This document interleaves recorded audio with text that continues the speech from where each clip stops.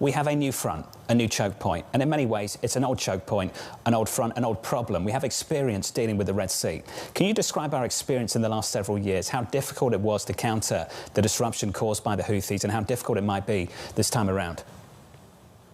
We had to spend quite a bit of assets actually helping out Saudi Arabia in that region, specifically not only from an air defense threat from the Houthis themselves, but also then offensive capability supporting Saudi Arabia in that region to be able to take them and bring them down to a level where, from a military capability perspective, we would call that a degraded capability. And so the U.S. was involved in that with the Saudis, and it got to a point where we think it was almost ready state operations, if you will. And then obviously then when the Iran conflict came up, this is something that I've been keeping a close eye on because I was actually worried that this was going to be a pressure point that was going to be pressed by Iran and by the Houthis. And now you're starting to see that as part of Iran's strategy going forward right now as an additional lever against the U.S. When the president says I'm considering a massive attack bigger than ever before, what does that mean in DoD speak? Are these different targets that the United States is looking for?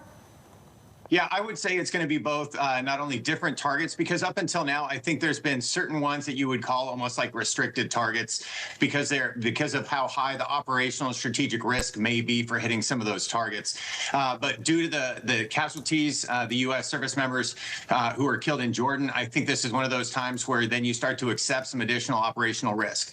So you're going to see some, your standard IRGC Navy bases, missile production facilities, drone manufacturing, and all things air defense.